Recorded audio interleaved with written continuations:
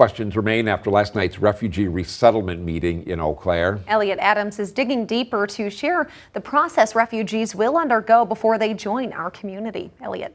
Keith, Shannon, as we've reported, Christian nonprofit World Relief is opening an Eau Claire office and is approved by federal agencies to bring in 75 refugees next year. However, there has been some pushback from local residents over the legality and vetting process. The first step for potential refugees is a case referral to the U.S. Refugee Admissions Program. Cases then get filed under 3 priority levels. Priority 1 are cases referred by the United Nations, a U.S. embassy, or non-government organization. Priority 2 are groups of special concern identified by the U.S. Refugee Program, and Priority 3 is family reunification for individuals with family who are lawful U.S. residents. After that, U.S. Citizenship and Immigration Services officer will interview the applicant to determine eligibility. Then, several government agencies, including the Department of Homeland Security, complete investigations to ensure the applicant isn't a threat. This process takes up to 2 years.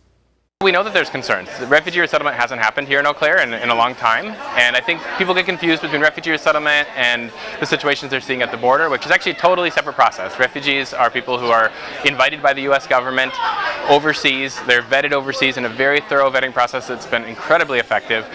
The whole process is regulated under Title 8, Chapter 12 of the U.S. Code, which regulates immigration into the U.S. Section 1522 of that code authorizes programs and assistance for domestic resettlement to refugees.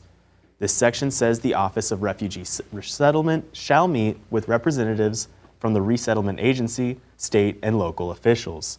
The City of Eau Claire, along with other agencies, participated in meetings with World Relief for months and shared housing, employment, demographics data, and more. With this information, World Relief went ahead with its plan to expand to Eau Claire. Keith, Shannon, I spoke with City Attorney Steve Nick, who says refugee resettlement is a federal responsibility, and the city fully cooperated under applicable federal law. All right, thanks, Elliot. If you missed last night's meeting, you can find that coverage at WQOW.com.